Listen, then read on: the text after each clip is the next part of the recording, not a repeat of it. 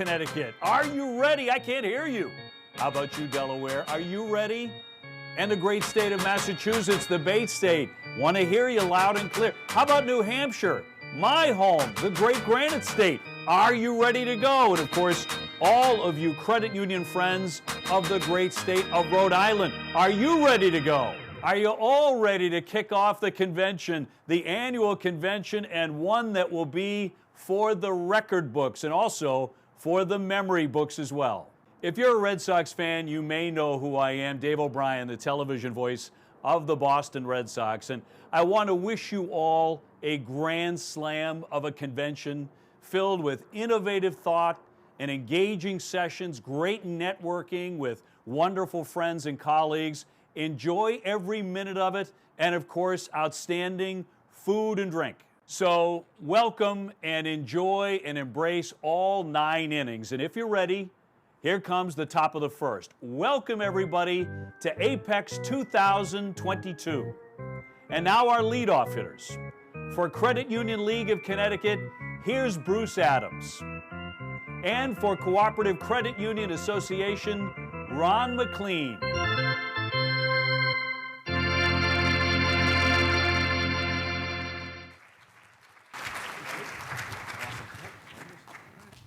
Well, welcome everybody to Apex 22, and we are thrilled to have you all here and to witness the incredible growth from last year. This is going to be one for the record books and the memory books, for sure. Ron. Bruce, thank you. A big warm welcome from CCUA. Great video. Seeing that video, I kind of think I'd rather see fans at Fenway and playoff games, but a dynamite introduction from our friends at Nussle.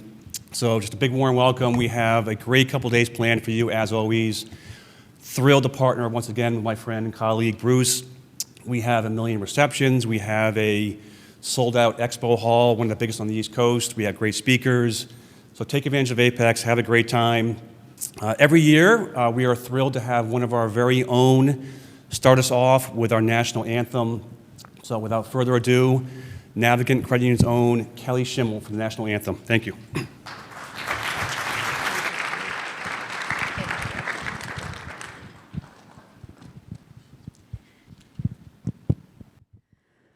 Oh, say, can you see by the dawn's early light what so proudly we hailed at the twilight's last gleaming, whose broad stripes and bright stars through the perilous fight o'er the ramparts we watched were so gallantly streaming, and the rocket's red glare, the bombs bursting in air, gave proof through the night that our flag was still there. Oh, say, does that star-spangled banner yet wave o'er the land of the free and the home of the brave?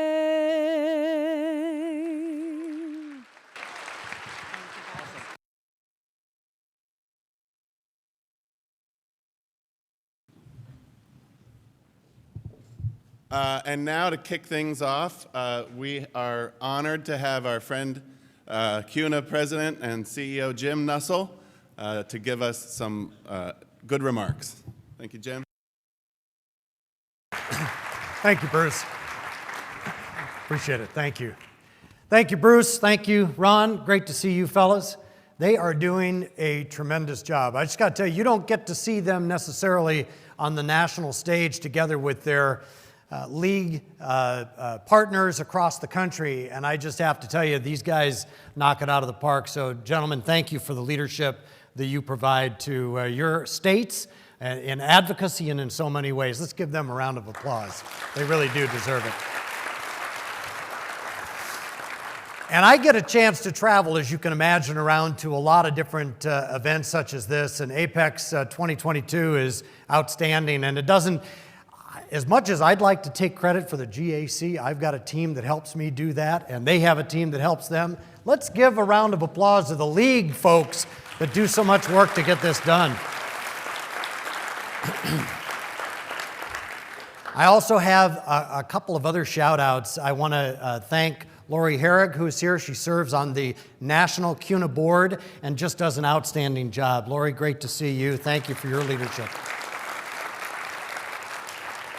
And Gary Furtado, who has been on the national board for a long time, is retiring. He told me he's got a watch that has a countdown on it, and I think it's down to 2 weeks, 3 hours, and 17 minutes, or something like that. Gary, thank you for your great leadership, and catch a lot of fish, buddy, or something. Play a lot of golf. There he is. Thank you, Gary. And I have in my notes, because I don't know if you know, but Ron invited me to Apex 2020, and then he canceled the thing out from under me. I don't know what happened. But I had in my notes I was going to give a shout out and a thank you and a congratulations to Bernie Wynn on his retirement. And then the guy does I don't know what he does, a Michael Jordan, and decides to sign up again. Bernie, I don't know, is he here? Where is Bernie? Did he not come in? All of this, there he is. Is he in the back? Well, at any rate, great to see. He is a super advocate, and he has done just about every job in the credit union world, and I just want to thank him for his leadership. And it's great to see all of you. And through them, it's just a way to say thank you for all of the things you step up and do. Some of you hike the hills. Some of you do advocacy. Some of you are involved in marketing. Some do your chapter meetings and lead those. Some, you just do so many different things, serving on committees, and that's the cooperative superpower that I think credit unions bring to our associations. We are the cooperative of the cooperatives, and it takes you to be successful. So I want to thank you for the work that you do to make us all so much better and so strong. And we needed you. Your members needed you. We needed you as members these last couple of years, since maybe we haven't been together as much as we would have liked. They counted on you. As some of us like to call, I know Bruce likes to call, the financial first responders across the country who do so much for your members when they need it the most. Whether it was people who were out of work, businesses that needed just a few small dollar loans or PPP loans in order to get by, folks that were trying to figure out how to be remote, some that were trying to move, build new houses, buy new houses, just get a house of any kind. You stepped into that breach and helped them figure it out at a time when they were desperate for help, desperate for assistance, desperate for a financial partner that they could count on, that had the motivation in the right place, not motivated to help the shareholders that sometimes live down in Florida if you belong to a bank, but credit union members and credit union professionals who work putting the members at the center of the equation. That's a much different motivation.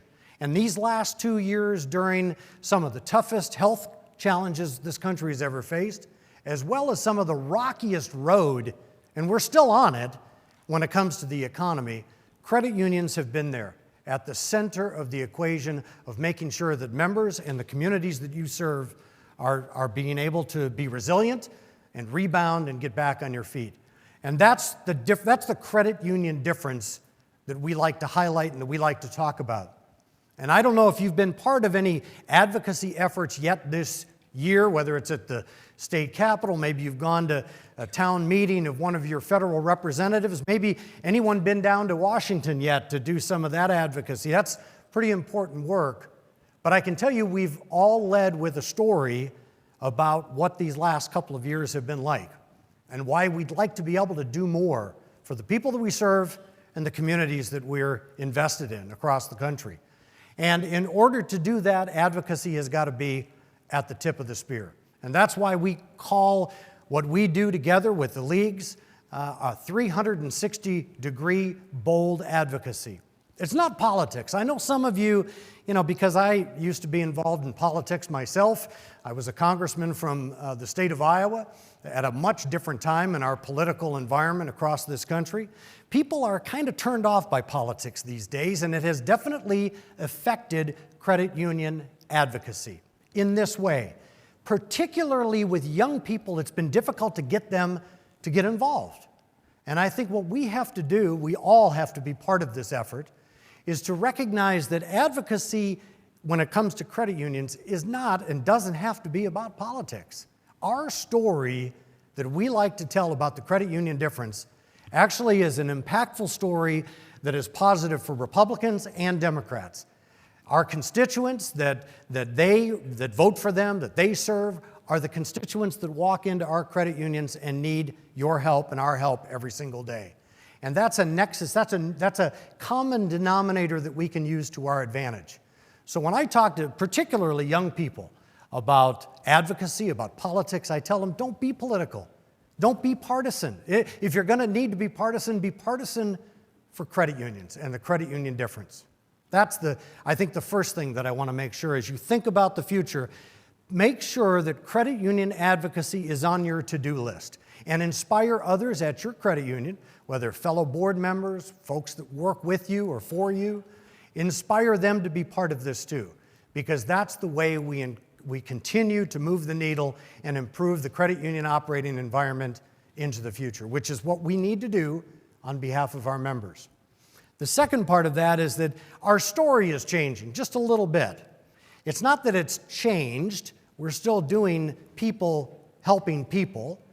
That hasn't changed, and it never will, because that's at the center of our universe is what we do for people, our fellow neighbors, our friends, our fellow members. That's the nucleus. But the difference today, I would just challenge you, is to define what people helping people even means. We know the first word is people, that's us. And that's the people who work in the credit unions. That's the credit union members themselves who invest and deposit and are part of the cooperative financial structure. But helping, and the last component, people, is something we need to pick at a little bit. What does help mean today in this new emerging economy, in a post-COVID world? What does it mean when 60% of the country is living from one paycheck to the next paycheck to the next paycheck, barely making ends meet? 60%. Let that sink in. 6 out of every 10 people, not just at your credit union. There's a good chance 60% means 60%, right? And it means 60% might be in this room. 60% is certainly, I would guess, just having walked around a little bit, not to cast any judgment at all, 60% is probably here at this casino. 60% is walking down the street. 60% of our friends and our neighbors and the people who work in your credit union are not able to make ends meet. They are not financially well. And so I believe the new definition, and we're working on this across the country at the league level, at the National Foundation level. Robert Cashman, who is here, serves as your representative on the National Credit Union Foundation Board. And we're working together to help redefine people helping people as financial well-being for all. Being financially fit is what you need in order to afford your life, but it's also what you need in order to exercise your freedoms. You can't exercise your freedoms in this country if you don't have a little bit of money in your pocket to do so. People can talk about freedom on one side of the ledger all day long. But if they don't have the financial wherewithal to exercise that freedom, it's pretty difficult. And I believe that's a message that we can help impart to the more conservative and Republican side of the aisle. But the same is true, if I could be so bold, to say it's one thing to care about your fellow man and actually have the tools in the toolbox to do something about it, to help them make ends meet, to help them live more than just one paycheck to the next paycheck. And that means the products and services that credit unions offer that have become tried and true and that sometimes are getting maligned these days.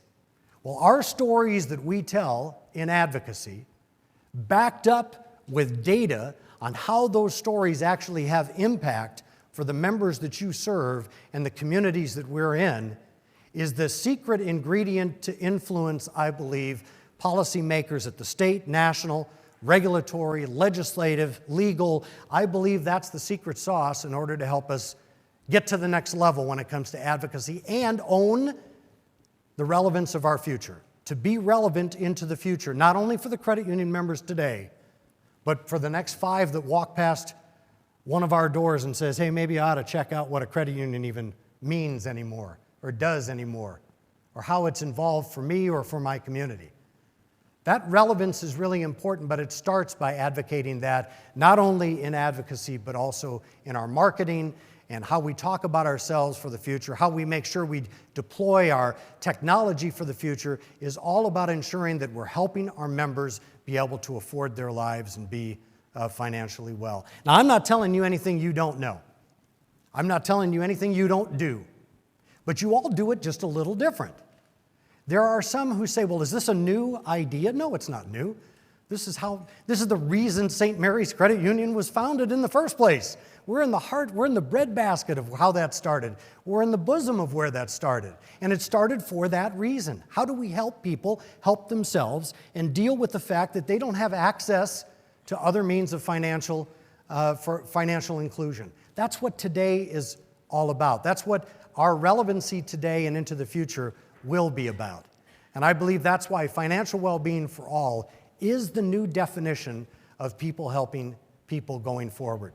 We're using that as a platform, and we have a number of bills and advocacy initiatives that we're working on in Washington right now in order to make sure that we can do battle and make sure our voice is heard. We've had a couple of wins this year. I think you've probably heard about a few of them. We had a great win on being able to expel unruly members. We just had a win just this past week on reducing the amount of meetings that federal credit unions have to have. We had a win actually just over the last about 12 and a half hours, if you can believe it. The interchange amendment that Senator Durbin was trying to put in again, we were able to get it out of a bill that was going to move through, similar to the way the original interchange amendment got done. But I want that applause to be for you.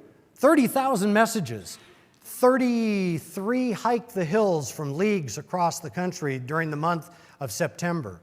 The messages that you have done through your individual meetings with representatives and candidates, the media interviews that some of you have done. We've had op-eds in districts where people were thinking about maybe voting for this amendment or supporting the amendment. All of those efforts is the secret advocacy sauce that gets this done. So I will accept that smattering of applause on behalf of not only Bruce and Ron and the leagues, but also on behalf of all of you who put your shoulder into this and helped us make sure that message was delivered. But we're going to have more work to do.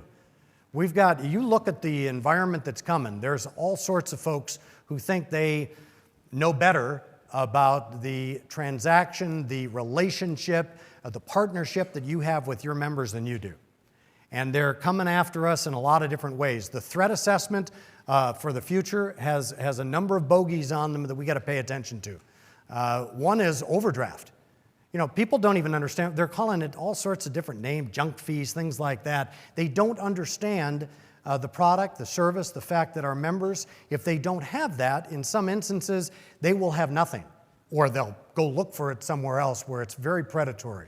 We've got to not only deliver that message in a coherent way, but we have to back it up with data on how we do a better job of dealing with our members in those small gaps between one paycheck and another, or when they need some assistance in a small dollar sort of way.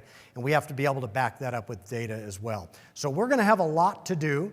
We've got a new Congress and new Senate in many instances that are going to be coming up here in I guess a little less than 4 weeks now. We've got a big election coming. I don't think much is going to be that different. Yes, the speakership may change, but we're still going to have a very tight margin in the House of Representatives. I think if the election were held today, I'd say the Republicans probably will take the House of Representatives. I think that's conventional wisdom. So one Republican in the House, that's good, thank you. I'm joking, I'm joking. Be careful, you gotta be careful. Told somebody, they said, maybe you'll tell a joke to start with. I said, you can't joke about anything anymore. You gotta be very careful. We take things very seriously. But even though the Republicans may take the majority in the House, I think the Senate probably stays very, very tight. Maybe one vote margin, maybe a vice presidential vote margin in the Senate. And if you're gonna stay up all night and watch it, don't bother, because Georgia's probably going to decide this, and Georgia will not come in overnight. It's probably going to come in over weeks, maybe even months, because there most likely will be a runoff.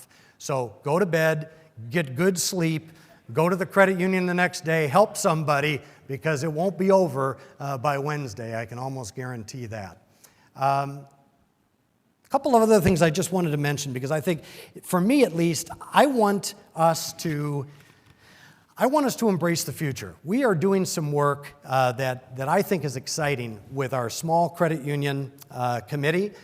Tom Sakash is here, and he's working with a lot of the smaller credit unions across the nation, and he's going to be speaking to you. And we're working on how we can bring some of the technology advances that you're learning about next door in your great exhibit hall, but also that some of the larger credit unions across the country are embracing, and how that can be scaled in a way for smaller credit unions. It's not easy, but it is something we think we need to work on, because we want all credit unions to be able to be relevant and be able to serve their members into the future.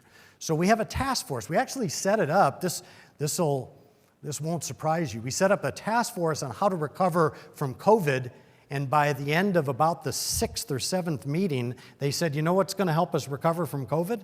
Technology. We need help with technology. All the rest of it, everyone's going to figure out for themselves. But the one thing we need help with is how we're going to rebound, and how we're going to keep up, how we're going to skip ahead, however you want to say it, with regard to technology, and what our members are going to demand in this new environment of remote work and travel and remote living and all sorts of things that are going on as this continues to unfold. And so we have a national task force that is working on those different issues. How do we scale that?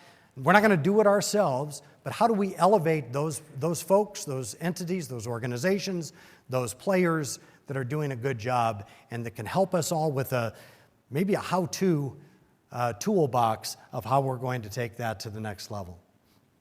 The last thing I would just say is on overall competition. The last I checked, credit unions have about 8% of the market across the country. Now, we've done some work with regard to an awareness initiative that has had great success. If you have not been to Your Money Further lately as a way for us to take the credit union message to a whole new generation of consumer members in the future, you're missing something. YourMoneyFurther.com is worth a visit to take a look at how we're elevating that message, and how you can connect to it is one that I would recommend to all of you. We've had lots of eyeballs. We've had in other words, people looking at the site and paying attention to what the credit union difference even means, and are using that as a springboard to visit a credit union and to become a member and to become a viable member in the future. And I think there's enough to go around.